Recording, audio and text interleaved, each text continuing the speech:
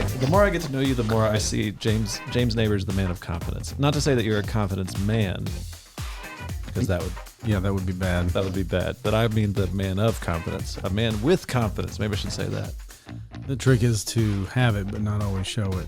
Oh, that's nice. Well, that does explain the way that you and I met the first time, because you didn't really talk to me for a long time.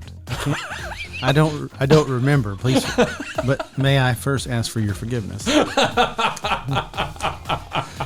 So I think the first time we met was at Tactics, wasn't it? Oh, yeah, that's right. That's right. Yeah, at the conference. Yeah. You were busy. That's true. That's a fair point. I was running around doing a lot of things. So I was just watching. Yeah. That's what I do. You you were trying to decide if I was a charlatan. No, I just... You thought I was a charlatan. No, I didn't. No, I did not.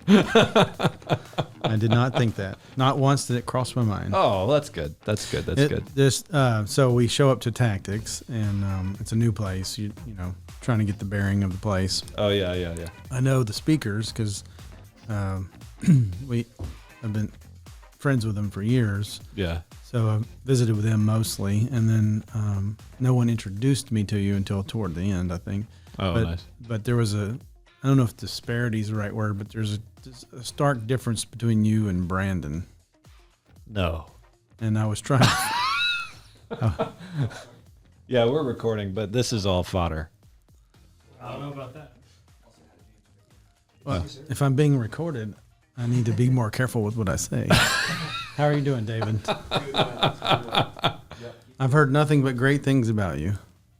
Oh, whatever. Yeah. It's true, though. See, he has the James Nabours problem of perpetually underestimating himself. So you're saying I have a problem? I mean, it could be considered a quality by some people. Depends on if you like honesty or not. To me, it's more honest. You under-deliver and or you under-promise. Under-promise and over-deliver. Over-deliver. Yeah, I like that. I do that. I try to lean into that as a business. And then let people underestimate you.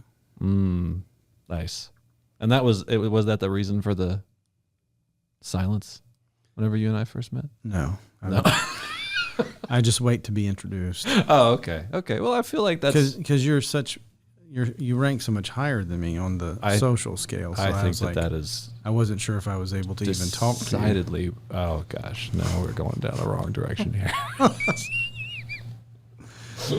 Y'all are all set. You're good to go. Thanks, buddy. Thank you. Thank you, Jesse.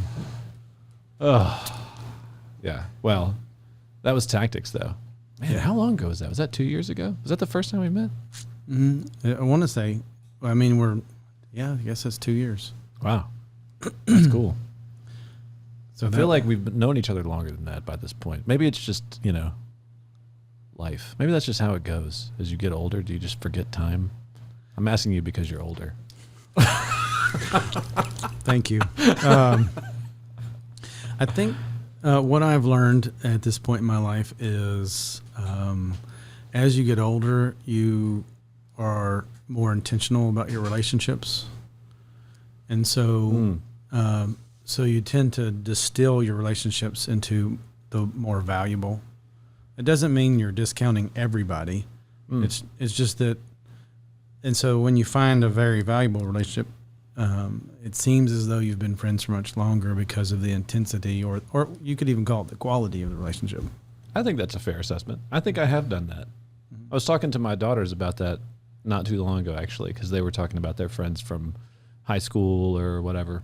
And I told them, I was like, honey, it's pretty unlikely that you're still going to have any relationship with these people in 15 years. Right. And, for a 14-year-old, 16-year-old, they hear that and they think, no. It's like, well, let me tell you the story about my high school friends. I haven't talked to any of them in probably 20 years, maybe longer. Yep. Same thing's true with college. I think I talk to them once every 18 months, maybe on Facebook. Now, my high school friends I talk to every day. What? Yeah. Wow. Okay, you and I are markedly different then. Well, I graduated by myself, so. Thank you. So I have a class reunion every day. Literally every single day. Yep. So you were homeschooled then? Well, we'll call it a glorified homeschool. We went to a very small private school that was based on the Abeka curriculum. Oh, nice.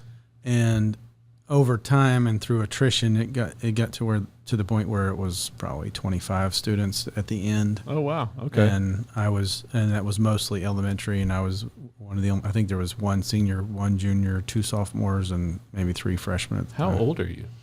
Me? Yeah. Shortly, I'll be 51. 51. Okay. So my wife went to an Abeka-oriented school, too, but it was here. It was in Opelousas and in Lafayette. They had two different campuses, Westminster. Yeah. So that's interesting. I didn't know that there was many of them around. But I have heard that Abeka curriculum was very, very successful. It was in that time period. They were the pioneers, so to speak. I think they of like the Christian school thing. It was, I think, if I remember correctly, the only curriculums that were available at the time of substance would have been Abeka and probably Bob Jones. Oh yeah, Bob Jones. Yeah, so I'm familiar with them. You're looking at the 80s is when that was all being started. And then as you see the traction build with the different curriculums over time, the late 90s and the 2000s, you see, but by that point I'd already graduated in there. Yeah. So you went to a Christian school then? That's a Christian school, right? I did, yep. Yeah. All the way through, graduated, and then went to a Christian college. I graduated. What college? Pensacola? Pensacola. No way. You and Brandon went to the same college. Did you know that? Yeah, I do. He did it for seminary, I think. Yeah, I think so we had a different experience. So I was obviously an undergraduate, and I went into the engineering program. And then, and I think part of the reason I went there was because of the Abeka tie, and they would send people to visit. So they did marketing. Yeah. And it's a helpful thing for businesses. I hear that. I'm still learning about it. So they're very good at marketing, and we visited the campus, but I entered into the engineering group, and then halfway through I met my wife. So I didn't know they had an engineering school at Pensacola. That's impressive. They do. Their nursing program is one of the top in the nation. Really? Yeah. Wow. I didn't know that they did trades at all. Okay. Wow. They have business broadly. There's different categories of accounting, marketing's part of that too. It's an important subject. They used to do things that are home based so that some girls could go and get a degree, but also I think most of them were looking for spouses. But that's an MRS degree. I believe they called that. So they were able to get a BA and an MRS. If nice. They could. Well, they did well. But then, of course, they have the ministerial group. So, which is the seminary, right? Well, I think so. The undergraduate's just Bible. Oh, okay. Is what they call it. The Bible major. Yeah. And then they have the seminary that started actually while I was there. They started seminary. So, oh wow. Okay. And then so that's more of a master's program. So did you know what you were likely going to do vocationally? I mean, I assume so. So you went for engineering, right? I didn't. I kind of went about it probably the wrong way. I do that a lot in life, but I decided where I was going based on, and then I looked at what they offered, and I think it was between engineering or computer science that sparked my interest, and I went into engineering. Why? It seemed like a challenge. Oh, okay. So you were just looking for something hard to do. I don't know if that was what was in my head, but okay. I knew I'd be bored with the other items that were on the list. Oh, okay. And I didn't want to be bored. And engineering did push me to my limits for sure. So I'm not the top of my class. I was just an average student. You were the healthy middle. But I did work hard. So C's get degrees. Well, I did better in a C, but okay. But I did get a degree too. So you finished Pensacola, went for engineering. So you inherited family business, or you are a part of a family business that was Correct. established by your father, right? Correct. Okay. And how did your path go from undergraduate in engineering to working in the family business? Was the family business always No. the plan? No, it wasn't. No. Well, I mean, it was obviously God's plan, but it wasn't mine. It wasn't yours. So, I recognize that. so I met my wife at the end of my sophomore year. So, She was at Pensacola too, yeah, she was in the pre-med. getting that MRS degree. Yeah. Oh, well, pre-med, she wasn't quite. No, she was actually going to become a doctor. And then after we met, she decided she would rather be a mother. So, Let's go. yeah, It's a higher calling. it is. And probably far more rewarding in my estimation. So, and she was from a different state than I was. So what we did was we started looking for jobs in her state and then my state and then the state that we were currently residing in, which was Florida, and then every state in between. The economy was very bad during that time period. And Is this the 80s? no, this would have been the late 90s. Oh, 80s would have been, you'd have been like Yeah. 10. Never mind. It's all right. I wasn't an engineer. I appreciate your thoughtfulness on how capable you think I am. So Economy bad, finished school, trying to figure out what to do next. I couldn't buy a job, although I had one offer, but it was a very poor offer. And having grown up in the family business, I knew I had trade background. Okay. So I knew what I was capable of earning, at least in the trades. And so I called my dad and said, look, while the economy's still cold, do you mind if I come back to work? And he's like, of course, because I was typically one of the better employees. Obviously, you're more motivated when you're family. So, Yeah. and then the rest is kind of history. I just plugged in, started asking questions, saw what I thought could be improved, and then took positions or opportunities that no one else wanted. So what was your job?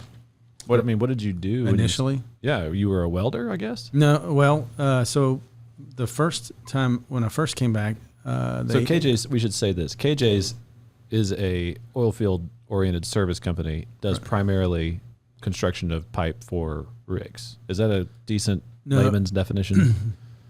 No, we actually don't do oil field or rigs. So a terrible definition. It's then. okay. No, I've done a poor job at marketing. That's your job. It'd be nice if I learned the definition first. So what we do is we build, the technical definition is pressure vessels and pressure piping, particularly for like refineries. Okay. So, refineries. Okay. So you want to think Sidco or Phillips 66. Now, in that category, you also have chemical plants, is what some people call them, that make, say, either plastics or other type of chemicals. And so we service them as well. And across the Gulf Coast primarily, although we are shipping to California and Washington and Illinois and places like that. Okay. So, but you didn't weld whenever you went back? No, I knew how. Okay. But they needed someone in the paint yard, or corrosive protection, as we like to say. Okay. That's marketing. But really, it's not paint. It's blasting and painting is what it is. So I went in and worked in there, revamped that a little bit, and then they needed some help in the office. So I migrated in there and just started taking over different things, and it just snowballed from there. Because when I got there, they only had two computers. They had a computer that ran accounting on DOS. I don't know if you're old enough to remember DOS. I remember DOS. And then, wow. Okay. And then the other computer was for one of the owners to play solitaire on. So. Oh, good. So everything was done by hand, and then so we started migrating. I quote unquote rented some time on the other computer to do estimations, and then once I proved to them that we could do it a lot faster and more efficiently, and it just snowballed from there. Okay. So you just figured that out yourself? Like, as far as, because I mean, an engineering degree doesn't translate to administration and office in my mind. Am I wrong? Where did that come from? I don't know. That's a good question. engineering does teach you processes and procedures. Okay. So you get process oriented in That's true. Okay. In the thinking of things. I may have a natural bent toward administration. I don't know. Okay. But I definitely received a great quality education that pushed me to think in categories and what can be improved, efficiencies, things like that. So, and honestly, there's not any kudos to be given when you walk into an organization that's doing 98% written work by hand, and you used a computer before, and you use a computer. you seem like you're very smart, guys. There's these things called spreadsheets. Yeah. Oh, that was they found Excel very fascinating. So well, and so you look like you're very smart, but in reality, you're just a user of the tools in front of you, right? So yeah. Well, I find though that's we're in the middle of the AI revolution right now. Yeah. I find that still applies. Yeah. We'll go in and sit down with some folks, and they'll say, "Here's the problems that I need, and here's what I would like," and we can turn a robot on and build them a website that doesn't look half bad in 30 minutes and say, like this, and they say, "Wow, we can't believe you did that." And really, we just typed 4 sentences into a prompt, and pushed a button. What you need to do is wait 4 weeks, so it seems like it took that long. Like it took way longer. Woo, man, we've been working hard on this, let me tell you. It's all about perspective. It's marketing. That's it. I'm learning that from you. Good. Well, so you go in with your dad's business. Yep. Not planned. You were going to try to do something else. Yeah. But you had this other opportunity. Mm-hmm. And just put yourself, honor the Lord in whatever you're doing. And that was my goal. Yeah. And then with the idea that I would find something better along the way. Yeah. Okay. And so you were thinking, be faithful with this and something better will come along. You were already thinking that way. Yeah. I just didn't realize that God said, something better will come along. You're just going to stay here and keep doing it. You're just going to keep running this bad boy. Yeah. And you're still doing that today. Correct. Running the whole business. Correct. Nice. I'm just a glorified janitor. See, that's that classic James Nabours move right there. I'm just oil filled trash. If you think about it, I mean, what do you do as a business owner? You clean up messes.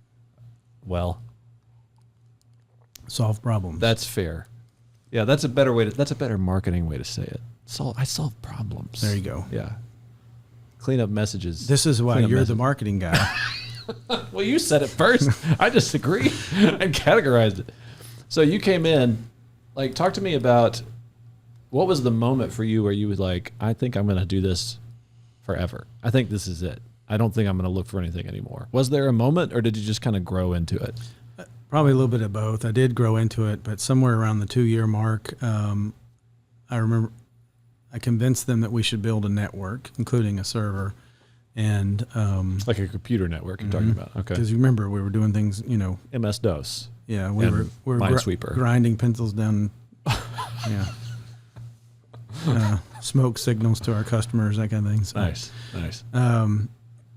So this is around the advent of email as well.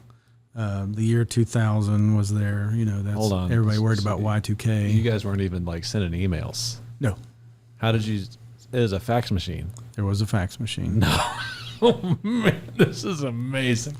Okay, got it. I've got full picture now. We wow. We didn't have anything on computers, so they would get an estimate and then no purchase orders, so you assumed that whatever the vendor charged was going to be correct. And a lot of what we buy, we might buy hundreds of items to thousands of items, and they're very detailed, and so you'd have to, someone would need to reconcile that. So, and some of what we did was just bring in the, as some people would call it, low-hanging fruit, and of what can we do to improve efficiencies.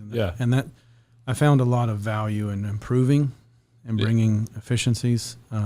So once they saw the value in the ideas that I was bringing, I think that's when I was like, I can stay here, because they're going to keep. They gave me the impression they would keep implementing your ideas. Not that all of them were good, but we would go through them and talk about them, and then the ones that we liked. But it wasn't just a closed-minded But you had influence. Yes. Yeah. Yeah. And so that you recognize that you having influence meant that this could be something long-standing. Yeah. And I did use some of my engineering degree because our world is very intensive with regard to metallurgy. Yes. So the makeup of the metal that we're using, whether that's titanium or a higher end carbon steel or a chrome or a stainless, and so that does bring engineering in. So I got to feel some of that as well. So do you still do that today or no? Mm-hmm. Well, not as much, but when we do vessels, there's calculations that have to be done. The computer does it, but technically at the end, the engineer is supposed to check the calculations, and so I still have to do that. Oh, nice. So you have your stamp? No, you No. don't have to have a stamp to do that. Oh, okay. You're Okay. just really just checking a calculation. Oh, I see. Yeah. It's not as complex as it sounds. Just think of you checking your child's homework. That's about it. Yeah. 2 + 2 is 4. Good job, son. Well done. So you realize that there's opportunity here because you see that they're listening to you. Yes. You have a degree of influence. Would you say that that's something that other people, as a general rule, should look for? Absolutely. Not just a job, but a place where they have influence? You're going to find more joy that way. I meet a lot of people that have jobs, but they don't enjoy them. I don't understand that concept personally because it seems tedious. Agreed. So do something that you enjoy. Yeah. What do you think that means? Like, what does that mean to do something you enjoy? Does that mean that I need to feel as though... It's all about feelings. Do I need to feel something? And if that's true, what should I feel? What should I feel? It should be a general warm sensation. No, obviously, I think that's a good question, Stuart. Oh. So fulfillment, in my mind, is rather complex. So you have your own personal ideas of what fulfillment is, but God has a different idea, not different, but often better idea of what is fulfillment. And then as if you're married, you're fulfilling needs in that direction. And so I would say that fulfillment is something that makes you well-rounded and able to not take from your family, but give to your family.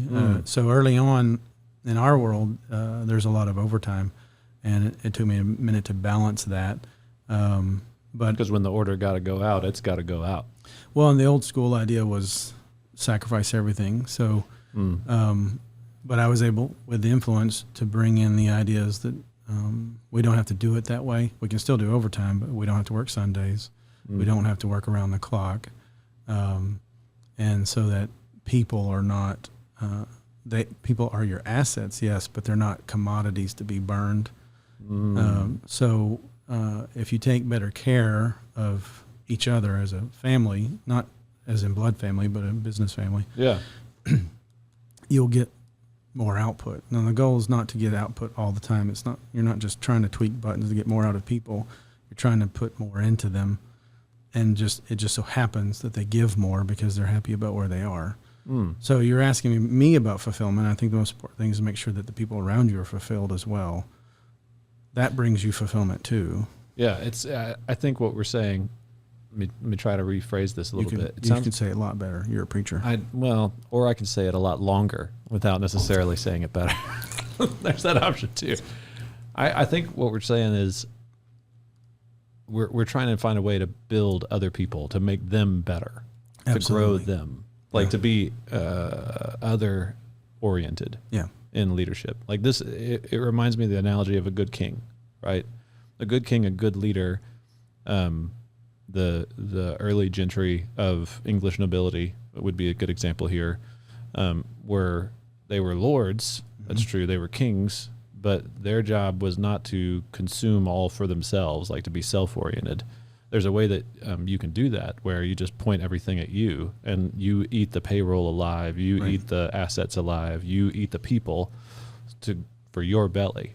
But I think a good king, a good lord, a good business owner, rather looks around and says, "How can I take care of these people as best I possibly can?" It's yes, absolutely. I think that's very well put. But you're not hurting yourself in the process, because the more and I think that's why God gave it to us as our second commandment when he summarized the law: love your neighbor as yourself. Because in loving someone else, you are loving yourself. Let's talk about that. Because so many people think you're giving something away and not getting anything in return, but I think I get way more in return than I give away. Yeah, but you didn't at first, right? Maybe not. Yeah. I don't think I agree with the premise of what you're saying. But I think that whenever you first start to build that, the fruit's not coming in yet. No, it's a little painful. Yeah. Yeah, there's a process involved. Right. Like there is a time of like sacrifice. There's a time of sowing before the time of reaping. I just had a conversation with one of my church members not too long ago, where they were saying, "Hey, man, very much like you, he went to go work for another business. It wasn't a family business, but he went to go work for another business. He got gradually brought more and more responsibility within the business, and now he functionally runs it. But that's relatively recent. That's happened within the last 24 months. Okay, That's cool. So he functionally runs a business, but it's still owned by somebody else. And one of the things that he was saying to me whenever he and I, we just have conversations, phone calls, check in on each other. He and I were talking. He was like, "I think whenever I took over the business, everybody else's life got better except for mine." I can see that. Yeah, and so my point to him was, sounds like you're doing it right. That's the idea. Like going back to that analogy, I think of King Loon in the Narnia books. I think it's Horse and His Boy. Yes. Where he's talking about scanty meals. You still laugh loud over them. You're the first one into the fight. You're the last one that gets to leave the fight. That's what it means to be a good king. Okay. I'm thinking of him, and I'm thinking, well, I think this is how it works. But I also told him, I was like, but you can't stay there. That's not going to work for your long-term solution. But I think that this means that you're doing it right for now. The fruit is, you're putting the seed in the ground, right, and hopefully eventually the fruit comes in, and it will. Yeah. Because that's what God says it will do. But you still have to spend that time putting the seed in the ground, doing the hard work, and not necessarily getting a return immediately. Correct. I've seen over time, you're trying to get the momentum going. And then once the momentum's going, you don't have to work as hard to keep it going. Yes. And so then that's when you start seeing the fruit. And then you're working on what I guess the world would call now teams and teamwork and team culture, where people are buying into each other and not just siloing. Yeah. So let's talk about that. Okay. So you inherit the administrative side of the business. You are living in that space for a little while, but now you run the whole thing. Correct. Which means now you run the culture too. Correct. What was that like? Because I'm envisioning this transitional period where it was a constant transition. So we're still in transition. Yeah. In fact, right now. That's life, isn't it? Yeah, fair point. So I just started I ended up with the corrosive protection division because it was something that people didn't quite understand. There's more science to coatings than people realize. And then I moved into taking over the mechanical division, which is where most of the welding takes place.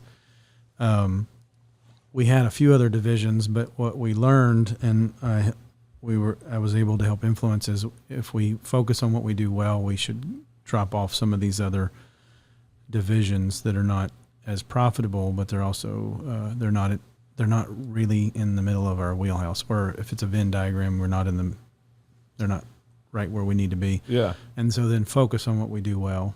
So that's a transition. That's a tough sell as well. And then I was the chief of operations, so all things, but not CEO.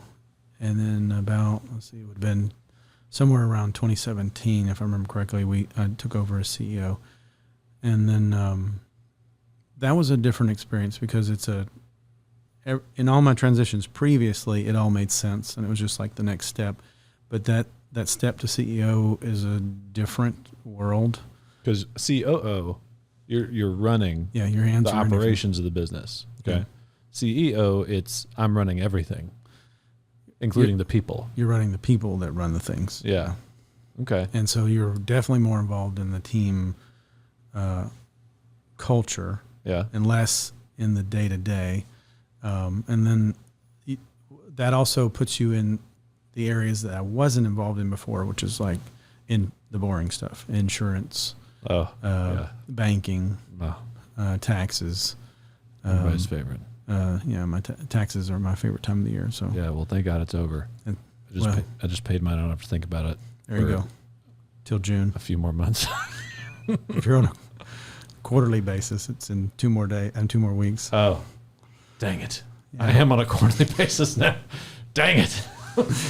Oh, well. It never goes away. So Okay. Well, here we are. managing the CPA, and becoming a generalist, if you will, in all the things. Yeah. While you're holding people who are very specifically trained, accountable.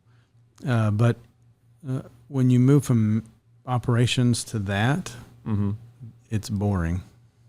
Oh, really? It was for me. Why? Wait, it seems like it would have gotten far more complex. You went from doing something every day, every minute of every day, Okay. to thinking more broadly, and then Oh. but the primary thing I would tell you is when you're operations, you can measure your progress. I did this today. And you can do it every day. I did this today. Yeah. When right. you're a CEO, you measure it in months or even years. Like you set a plan, and you won't know if this is working Until you do it for 3 months. at least. Yeah. And Okay. So you don't know if your ideas are good or bad.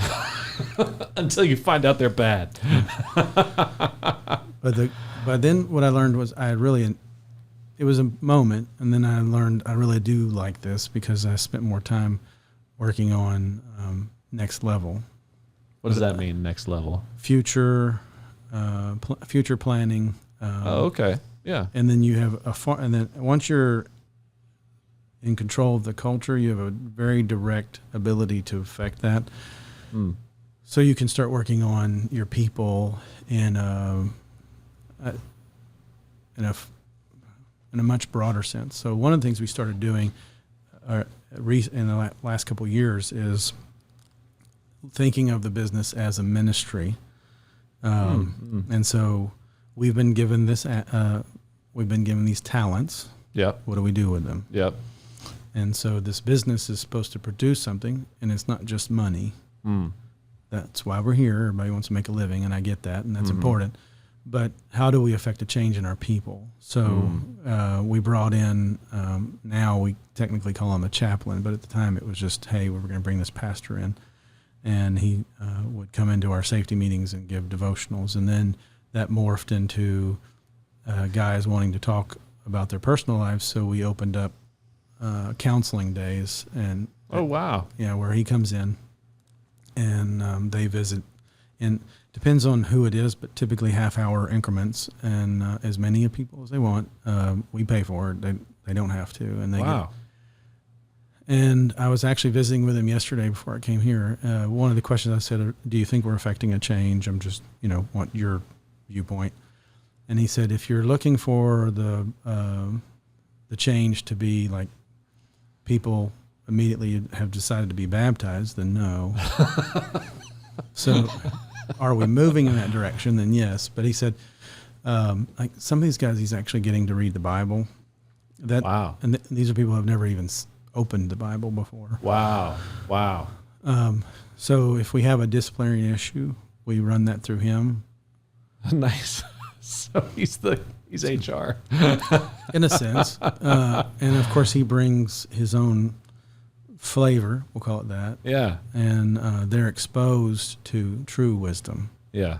Yeah. And Amen. And then in doing that, I don't know how much we're affecting lives, but I do know that more of our employees over the last 10 years have started attending our church.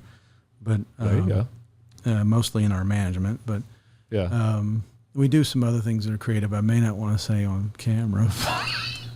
But I could talk about that later. That's it. So, but the goal, to summarize, how can we make everyone around us, their lives better? Yeah. But in so doing, they want to work here. Yeah. They remain Yeah. loyal. My competitors can't take them away because they're going to say, you don't know what I get over here. Yeah. It's not just paid vacations, paid holidays, and health insurance or a wage. It's not a bottom line. Although I'm sure that's important to them. Well, sure. But it's that I enjoy where I work. Yeah. And these people care about me at some level.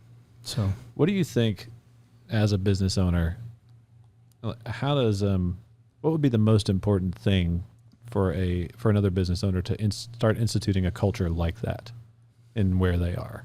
Like, it seems like a big jump for some to go from nothing to having a chaplain on site. Like, what are some of the first things that they need to think about in a place like this? That's an excellent question, because every business is different. Sure. So I think what I would do, and you're just asking me, but I'm not the guru of all things, but I'm part of a group of other CEOs that also they're working, not all of them, but many of them are working on the idea of business as ministry. Yeah. And so it looks different for each group, but fine, if it was me and I was entering your business and you were asking me, find the easiest thing to do first. Yeah. Whatever that is. And it gains momentum. The Lord is the Lord of all things, but he really works well with small things as you build them. And he honors that. Some people, not all business can afford to bring in a chaplain. Sure. And some pastors might do it for free. Although Paul says you should pay them. Pay them. So one must be careful there. But I would find something that benefits your employees from a spiritual standpoint, and by spiritual, by now I mean the triune God. Yeah. Right. So how did you? I guess when you first came in, you have the reins on the culture. Was it D-Day? Like, did you show up and it's like James Nabours flipping tables? This is over. We're not doing it this way anymore. What? How did you institute change? I wish that was the case, but I'm a slow learner, so I observed the culture for a minute. I mean, even though I've been part of it, now I back up and what is our culture for sure, and I observed the things that I didn't like. Okay. And I knew some of them already. And then sometimes that means that people have to leave. And other times, mostly it means that policies have to change. Yeah. There's always resistance to the policy. So every time there's always resistance, no matter how good the idea is. Wow. So I would implement one at a time. Okay. And so you don't have this shock. Yeah. But there is this sense that with my people, or our people, that James is always doing something. Okay. What's about to change this week? So what's next? We're about to get an email. So it's not weekly. It's just, I'm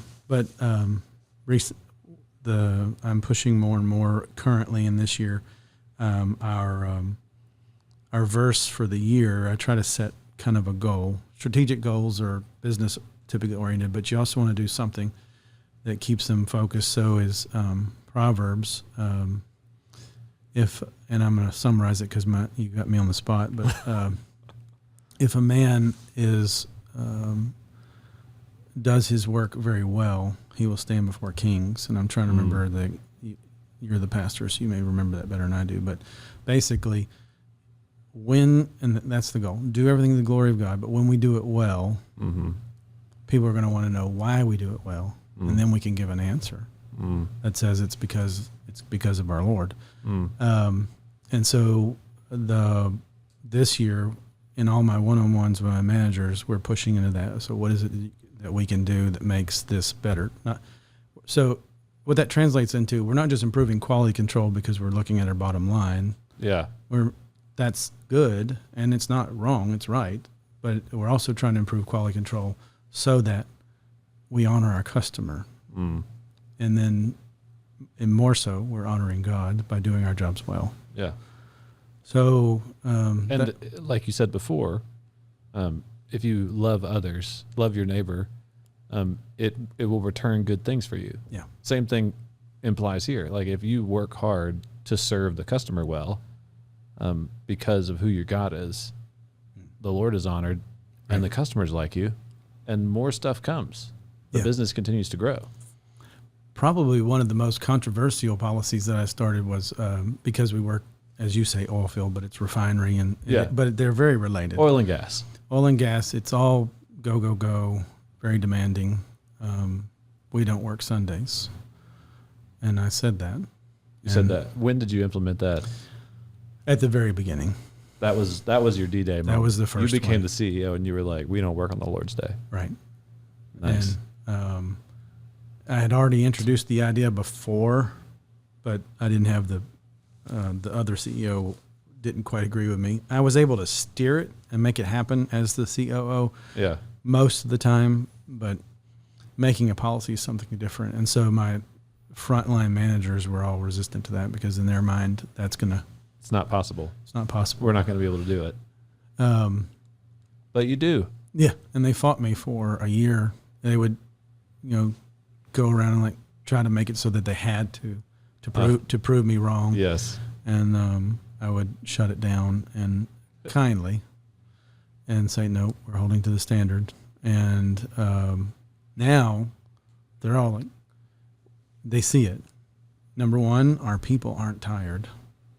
They have at least one day off. And number two, they have an opportunity to go to worship God. If they don't, that's between them and God, but we give them the opportunity. And but thirdly, which is the odd thing that they observed, is production went up. Say it again. Yeah, because when you don't wear out people, they want to produce. Yeah, and it gets better. It does. Yeah. And they have something to work for. And then it's to the point where they're like, well, we know we have to finish by Saturday. So, or we have to get this far by Saturday. Yeah. But you're not treating people like machines anymore. This is something that I'm leaning into more and more lately is the 6-to-1 rhythm. Yep. That's countercultural both ways, I think. Because if you say work 6 days to people, they say 6 days. You mean 5, right? Or even 4. Or maybe what is that book, The 4-Hour Work Week, or something like that? I haven't read it because I just don't think it's going to work. The goal is to get your work as least amount of, like the least amount you possibly can, and then kick your feet up. Doing what? I don't know. I really don't know what they do. I think scroll on Facebook or something. I don't know. You and I were having this conversation earlier about folks who retire early, and then things go poorly. Yeah, they just unplug. It's not good for anybody. It's like they deteriorate over time. You can watch them. Well, agreed, and it has to do too with like even if you don't use your muscles, they atrophy. Absolutely. Right. So if you don't use your brain or your muscles, you die fast. Yeah. And that's just not how God made us to work. Work 6 days. So that's one way that it cuts against the grain. 6 days. That's a good point. And the other way is don't work 1. Absolutely. And that cuts the opposite direction back. Because even as you're saying, so we also, Page 50 as a company, we don't work on the Lord's Day. But even as you're saying that, I'm like, but James, what if the ox is in the ditch? My mind immediately goes to the exception of the rule, right? Everybody's does. Right. Isn't that interesting how we work, know? So like but in my mind, I'm also like, but this is oil and gas. Yeah. Like, and every now and then the ox is in the ditch. Yeah. And you can't do anything. It has to be dealt with. Under our policy, I'm the one that determines that. So because I'm in my mind, I could be wrong, I'm the one most geared toward making sure we're honoring the Lord on the Lord's Day, whereas the others are going to panic. But if I don't panic, they're going to be fine. Yeah. And that's what you do as a leader. You never panic, because if you panic, it's all over. So, yeah. Never let them see you sweat, so to speak. But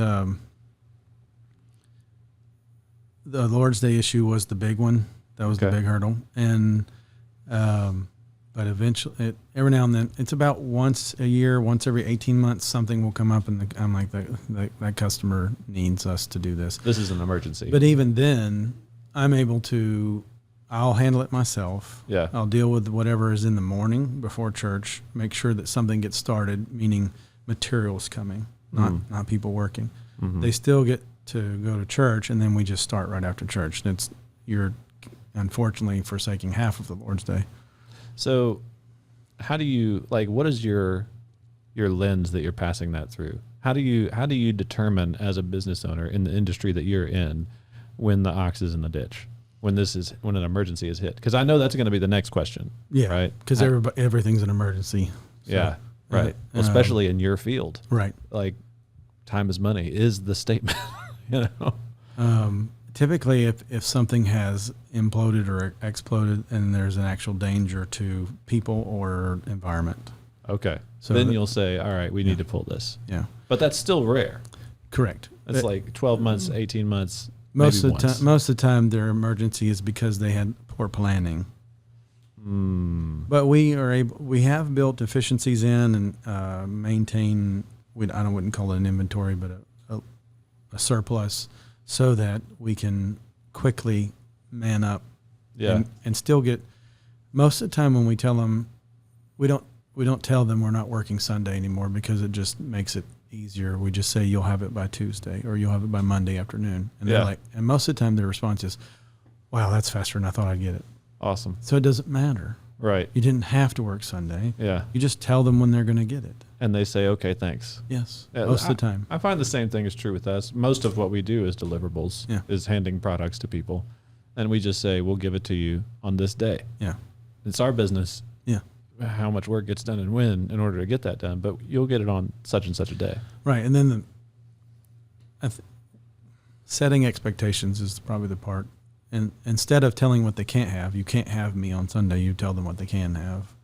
And that's a much more positive approach, and it wins people. It works. Yeah. Yeah. So speaking of winning people, let's talk about that. Okay. So you're shifting culture. Trying to. Okay. D-Day happens with the Lord's Day. That's one of your first big things that you hit. How did you win people over time? Like, what did you do to try and lead them that way? Now, you talked about this earlier. You said sometimes it does mean that people have to leave. Yeah. Because I'm assuming that means that they're unwinnable. They're not fitting in the culture. Yeah, it's not happening. They're not coming along. Yeah. But what kind of things did you do to try to bring them with you? Frank conversations, transparency. Like, these are my beliefs, and I believe they're important. And here's how I laid it out for them. And of course, in theory, they're like, that sounds good, until the rubber meets the road, so you have to do it, or the phantom ox is in the ditch, and then and then you just have to reinforce. I think it's kind of in a lot of ways, it's like leading in a church or leading in a family. You make a decision, and then when something hard comes to test that, everybody looks at you, right? And like, are we going to hold to this? And yes, we're going to hold. I mean, we saw, and you and I saw a lot of this during COVID. We were without a pastor, so I was having to fill in our church, and you were doing the same, and your people, I'm sure, did the same as mine. They were like, are we going to hold to this? Yes, we are. And as long as they have faith in you and you're consistent, those are the two main ingredients: consistency and having earned the people's faith. That seems to fit in the same vein that you were talking about earlier. Just now we're kind of segueing a little bit here into like more of a leadership oriented conversation. Okay. But you're in control. I think that's an illusion. I'm just following you. It always is. Control is an illusion. But speaking of control and leadership, no. So you said earlier, one of the key principles of leadership for you was just don't freak out. Don't let them see you sweat. And now we're also talking about this other idea. So what was like? Did you come to the table with that in your head of how to lead people, or is that something that you had to learn? I had to learn. Okay. So I've watched my father and others, and there was a lot of good qualities to emulate. And then there were some that, after observation, you might think, I don't think I want that in my toolbox. So and this is life. You meet people and you take to the best of your ability what is wise and emulate that. And then and the thing that you think, I don't know if that's correct, you look to your left, so to speak, and find someone else and you pull that into your toolbox. So, and then I do a lot of reading. And like leadership books, podcasts. Correct. And the Bible's full of good advice on leadership. It's just that's true. Yeah. But but balancing those leadership books against that, because some of some leadership books ideas are, and I'm not going to say they're bad. They just may not fit in my business. Yeah. They might fit at Fortune 500 or others, but so you have to tailor what fits in your business. Just like we do different things in our families. Yeah. So you had to learn that process. I did. Yeah. I'm still learning that process. Well, yeah. I think we learn that till we're dead. I haven't arrived by any stretch of the imagination. What's your efforts to pass this stuff on to your kids? Pretty high. How do you do it? That's a good question. It looks different. So I have 5 children, 4 girls and 1 boy. So it looks different with the girls than it does the boys. Sure. Or the boy. Wait, you mean men and women are different? I do believe that is the case. I'm crazy. I'm pretty sure. You chauvinist. But you know what? I'm not a biologist. And for those not watching, that was tongue in cheek. So yeah, with my son, we started with books, like read this and let's talk about it. Is that because of his personality? I think so, and probably part of mine too. Okay. And that's how he and I have interacted over the years. We'll sit and talk quite a bit, but I'm like, read this. I'd like to hear what you think. And, a young man loves to tell you what he thinks. So, but it helps you. Yeah. And that's not always bad. It's good. Yeah. You get a chance to hear and see what he believes, and then ask questions. I find questions work better than statements. Why do you think that? Or have you thought about it this way? And we've developed a spectacular relationship. He's a great kid. Recently graduated. He did. Congratulations. Thank you. Is he coming to KJ's? He's working there for the summer. And nice. We can segue into that, but I have, he's part of the team that I have working on our own AI internal.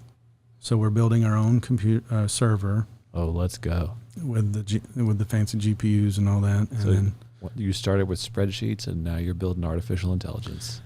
It's we impressive. are. Now, I know that puts me in the category, that's a whole nother discussion. Here, let's go back to family. Yeah. Yeah. We'll come back to the AI stuff in a little bit. But that's how and then with my daughters, they're different. So you have conversations. But one of the things we do once a year as a family, because it's a family business, and the goal is to include, the next generation, whether they're working in it or not. Okay. They at least need to be aware of what's going on. Wow. So we have, wow. And I only do this with my family. I don't encourage my sisters to do it. So this is my way. I'm not saying it's the right way. It's just my way. Okay. I print a P&L, or some people call them income statements. And then a balance sheet. And we sit down and we have a business meeting at home. And I walk through it and explain, the impacts of, and they don't catch everything. Sure. Which is fine, but you're exposing them to it. Yeah. You're educating them. Yeah. And you're showing them what's important. So much so that my middle daughter asked for a special internship at the college they go to. And there's an internship that you can attend in the college's business office with their, I would call it controller. Nice. And they get that kind of training. Even though my daughter's going into music, I have sparked an interest in her that she wants to understand the business side of things. So. Yeah. And that doesn't mean she's going to run a business. It just means that she won't be immature if she's looking at something. Yeah, well, I think so much of that is just being able to. So the Bible tells us to be good stewards, Right. right? And it also tells us to serve others and to get a return. One of the things that I've learned by running a business, 45 ways the wrong way first, before I found what I think might be the right way. But if you ask me again in a few months, I'll probably say that was the wrong way too. But I would like to say continuously getting better. I think I'm learning hardcore how to be a better steward. Mm-hmm. Better steward? Oh, yes. There it is. Or steward. Steward. Okay, steward. sorry. Yes, I'm stewarding the assets, the resources. And I think one of the things that I heard Andrew Carpachet say a while back was he said, business is serving others at scale. Yeah. And I love that quote. I don't even know if it's his originally. I attribute it to him because he's the guy I heard say it. But I love that because I think that her skill in being able to function as a controller, right, to really understand the numbers and what they mean, that means that whatever she is doing later in life can be increased exponentially. She can serve more through that mechanism because she knows how to manage from that kind of a level. And she will have a less likelihood of being deceived by someone. If, say, I have someone else run the business and I'm like, hey, I'm dead. So figure it out, kids. Yeah. Good luck. Instead of that, they can ask the questions like, they know what they mean. You know, in the P&L you have above the line and below the line. Why are above the line expenses increasing? That doesn't make sense. Or what are you doing here? Yeah, see, I don't even know what you're talking about right now, so I have to go back and read some more books. That's fine. I can recommend a book if you like. Oh, thank you. That'd be helpful, yes. But I like that a lot. I see. So when did you decide to start doing that? How old were the kids? They were like 7 years old, and you were like, here's a P&L. No. I waited till they were in high school. Okay. I mean, and then I read the room, and there was like some interest, but not all of them. So I toned it down, and then once they got used to the idea that this isn't just some weird thing that Dad does, this is him trying to communicate in his engineer way. Yeah, I got it. The importance of what we're doing, because it cascades. Yeah. In a family business, so. And that's a discussion probably for another day, but that has everything to do with estate planning. So yeah, well, and it seems to have obviously created a return even in itself. Yeah.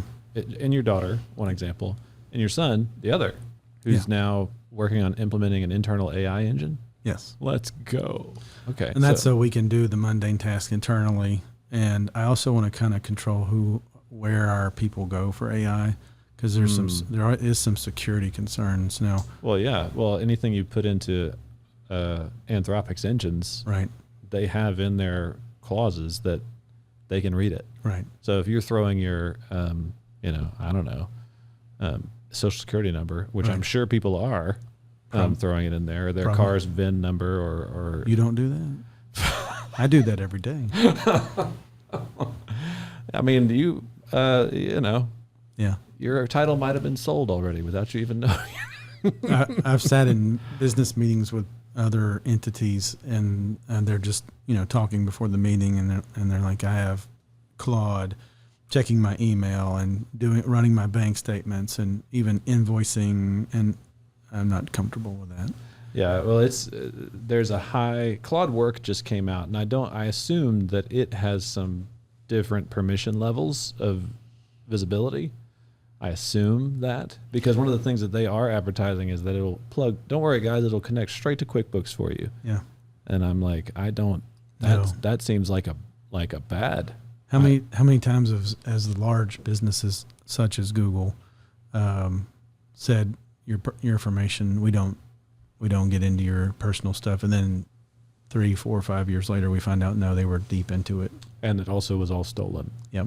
Yeah, well, that just happened within the last couple of years. Massive data breaches going out, and your information being filled with the world, filled in the world. I know you and I are both big fans of C.R. Wiley, and I know he's come out with a book on the AI. I'm looking forward to reading it, and I know he's taking the I got to pre-order that thing. I haven't done it yet. he's taking the position of anti. I think I don't know for sure, but based on my conversations with him, I think that's where he's leaning. So, so I'm trying to find a happy balance between not leaning into it the wrong way, but utilizing it as the tool that I think it is. Yeah, I listened to a talk with him and a couple other people, and I came away on the backside of that talk with basically him being, if cautious and optimistic are a, line diagram, I'd put him more on the cautious side, definitely more on the cautious side, but not to say that he would say don't do it at all. Right. It seems like he is fine,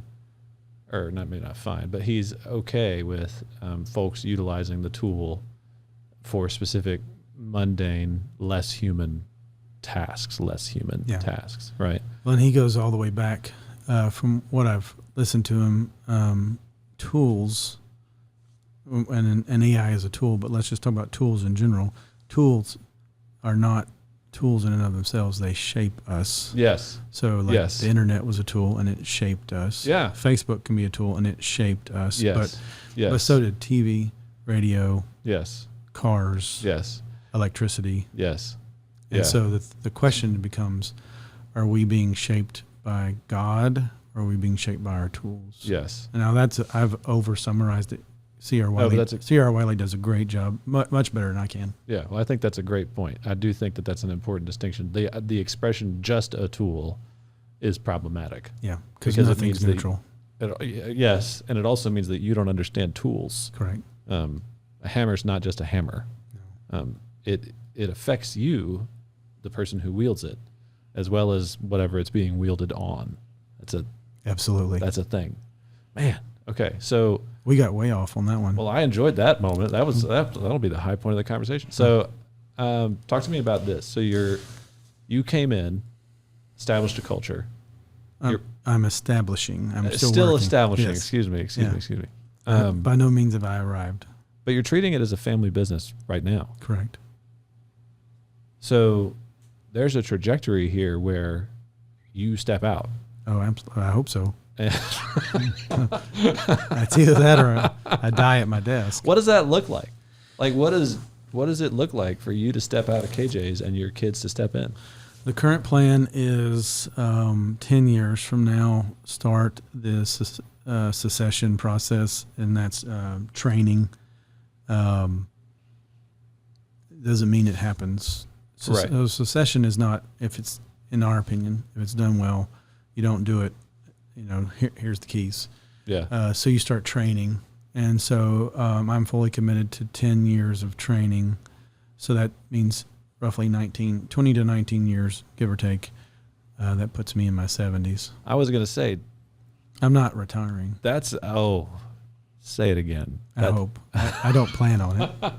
But see, I'm going to do other things. I may lower the amount of things that I do. That might be more offensive than the work 6 days conversation that we had earlier. The I'm not retiring conversation. Well, my church needs me. So amen. And that of course is done for free. Or free to them. It's very costly to me.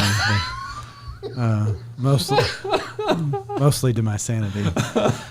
I'm joking. Not everybody gets my humor. Sorry. So I get great fulfillment out of serving the people in church, but I think there'll be young people to mentor. So it's not like you have to do 40 hours a week of hard labor, but it's also, in my opinion, you don't shut down. Yes. So you can still enjoy life and realize that you're not, 30, 40, 50 years old anymore. Okay, so I want to kick this around with you. All right, because this is a thesis I'm kind of working on right now. Okay, the work 6 days concept. Yeah, help me out. You ready? Yeah. So, Garden of Eden, God says, "Go, be fruitful, multiply, fill the earth, take dominion." Okay? Absolutely. All right.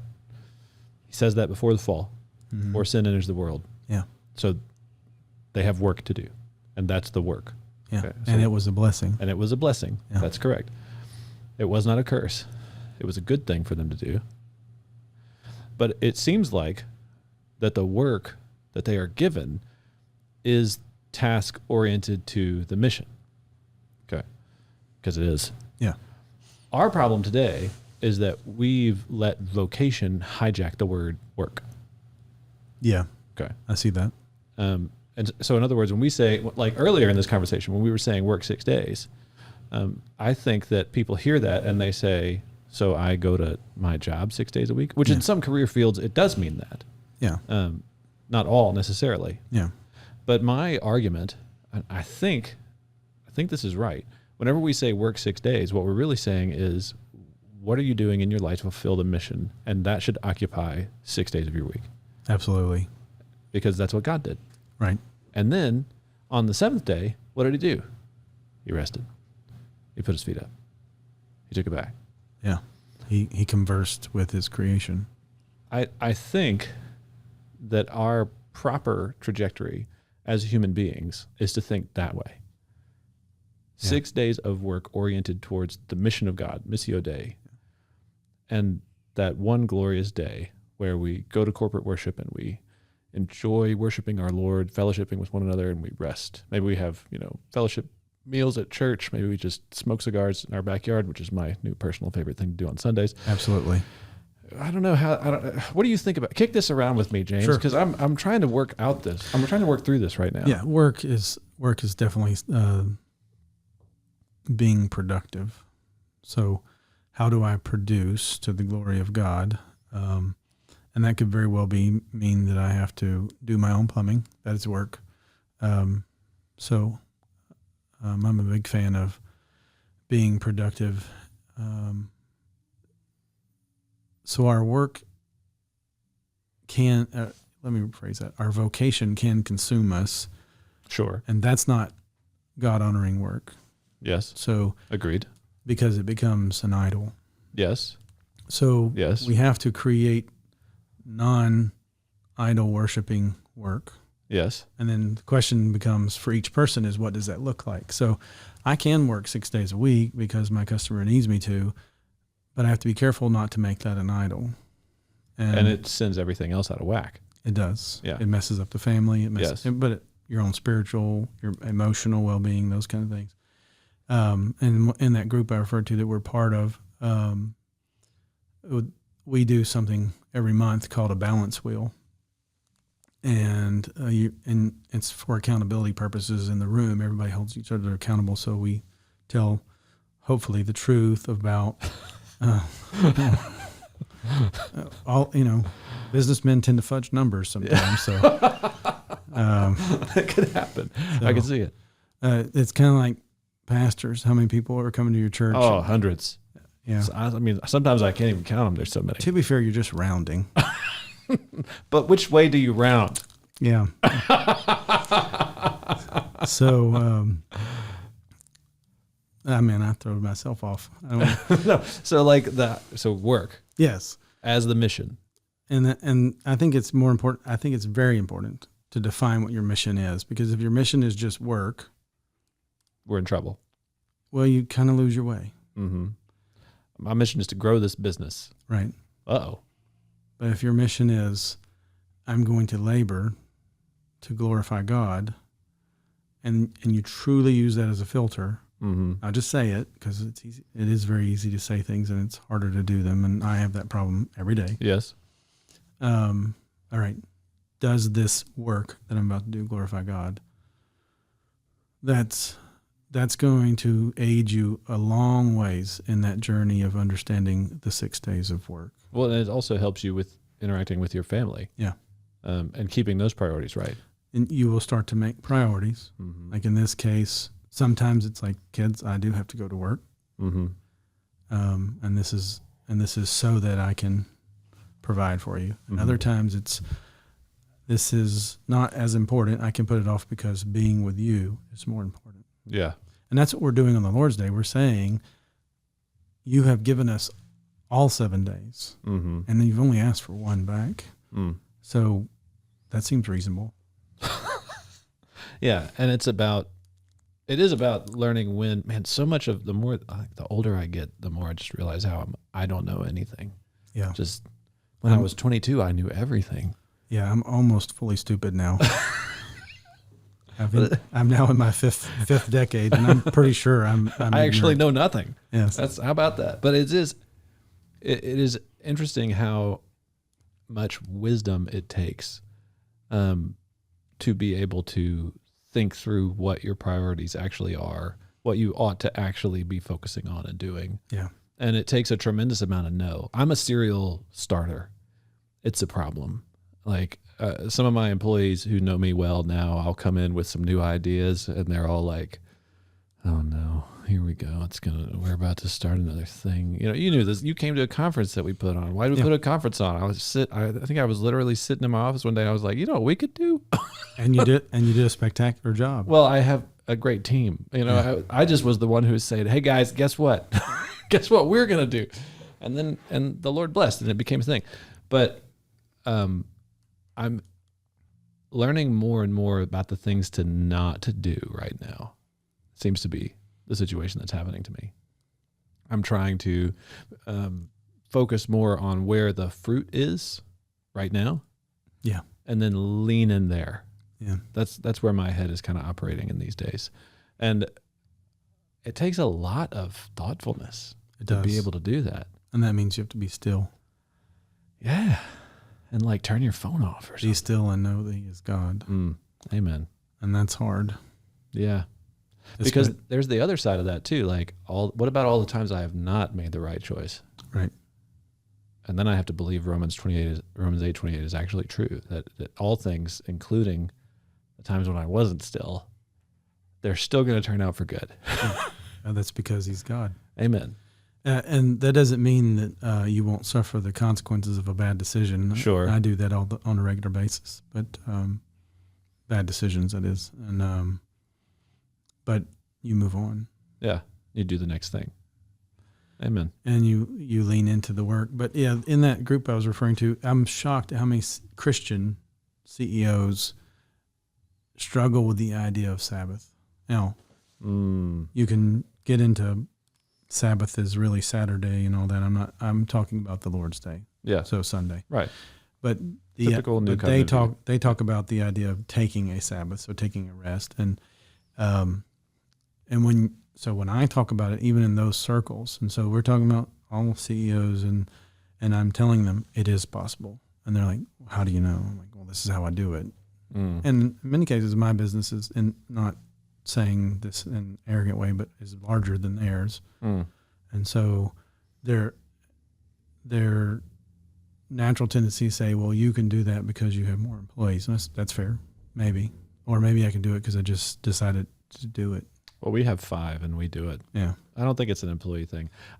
It's always a reason for an excuse to not do something, but and then the ones that do it, they're like, my family's better. My mental state is better. My walk with God is better. Like, that's what it's all about. You're out to honor him, so he'll honor you. Yeah. That was one of the things whenever we first started our business. So this was 12 years ago by this point, 11 years ago. I can't remember. Somewhere in there. How old is my son? 9. So about 9 years ago. When we started this, we had 2 commitments that I made from the jump. I was like, I have no idea what I'm doing. First, I don't know how to run a business. I don't know how to do any of this, but you know what we're going to do? We're going to do 2 things. We're going to tithe and we're going to keep the Lord's Day. And I sincerely, to this day, believe that is why anything in this business has been successful. So you're talking about personal tithing or business tithing? Because that is a concept. So this, let's talk about this. This might be a great place to have this conversation. All right. So whenever it was just me, every dollar that came in was my dollar. So we tithed on every dollar that came in. And I kept that. You're talking about gross revenue or net revenue? Yes. Come on, James. I still don't right now. I'm saying which one is no, I'm just taxes. Sorry, I can't remember. Okay. Please proceed. So tithing. Okay, every dollar that came in, because I was the employee. I was like, well, these are my dollars, so I'm going to tithe on all the dollars. I maintained that for a long time, probably the first 6 years of the business. I would say 5 to 6 years of the business. That's what we did. And then later on, I talked to some other pastors and was trying to understand like what this meant and how it worked. And they were basically like, well, it's your increase. And there's a chance that you might be throwing some of your seed out. Yeah. And I was like, oh, that's why I asked my question. yeah. Okay. And that was helpful for me. And I said, okay, so based on the increase, but see, that also comes with me. I know the proclivities of man, and man can make the books look like, oh shucks, there was no increase this year. Tell you what. So what I do now is I just do a flat tithe off the business, off of any dollar that I would kind of consider mine. And I go over a decent amount. And then we do our personal income family tithe thing on the other side of that. So we do a little bit of both. I say, just curious, how do I calculate that? How do you not double dip? Explain that question. Because the money that comes into the business. Yes. And then you tithe on that, is what you're saying. Well, if I hear you correctly. A portion of it, not all of it, a portion of it. And then out of that money you pay yourself. Correct. Did you already tithe on it, or is that? So as a business owner, there are certain expenses that I benefit from owning. So like the business owns my vehicles. Right. Okay. So I count that as my dollars. Okay. I don't count that as. Yeah. I was just looking for clarification. Yeah. The business pays for my cell phone bill. There's a handful of other expenses like that. Like I think there's some retirement accounts, or no, not retirement. What is it? Like some type of health insurance that the business pays for and things like that. So I look at those dollars and I'm like, well, those are my dollars. I think those are my dollars. So I should tithe on those. And I also just go over. Yeah. I intentionally go over a little bit because I would rather do that. Yeah. Well, I think it looks like it served you well. Well, I think that it has. I don't want to. I want to be careful here because I don't want to sound like I'm saying, I put my money in the slot and out come the blessings. You know what I'm saying? Like, I don't want to sound like that's what I'm trying to articulate here. So that's the wrong idea? I would be really careful about that. But I do think that God keeps his promises. Absolutely. And he says, Malachi 3, try me. Tithe. Yeah. Try me in this and see if I don't open the windows of heaven. Yeah. Test me. It's never been something I've regretted. No. Well, but see, that's what I'm getting after. Okay. My business has grown. I'm a terrible businessman. Okay. Like people still hire us. I'm like, wow, that's amazing. I can't believe that happened. But you're good at marketing. Well, that is what they hire us for. So Exactly. I hope so. So there you go. And the business grows every year. Like, well, we just had the thing where we went to Memphis for 3.5 months for my son's care, and the business grew while we were gone. That was amazing. And we got more opportunities while we were gone. Like that's crazy. That's the Lord. Absolutely. And I want other Christians to believe that that's true. You know what I mean? Yeah. Like I want other Christians to hear that and say, because we could do that. You want them to realize that they can be blessed. We might have been talking too long. Oh, it is time for me to go to a meeting. That's it. I saw the signal. For those who couldn't see it, there's like a kind of like a bat signal that poked into the room that they just threw up. Well, it's called the stew signal. Well, James, thank you. I appreciate this. Well, my pleasure. I don't know what I did, but other than talk back and forth with you. Well, that's the whole point of this. Is my desire for this particular series of pods is to help other Christians think about business differently.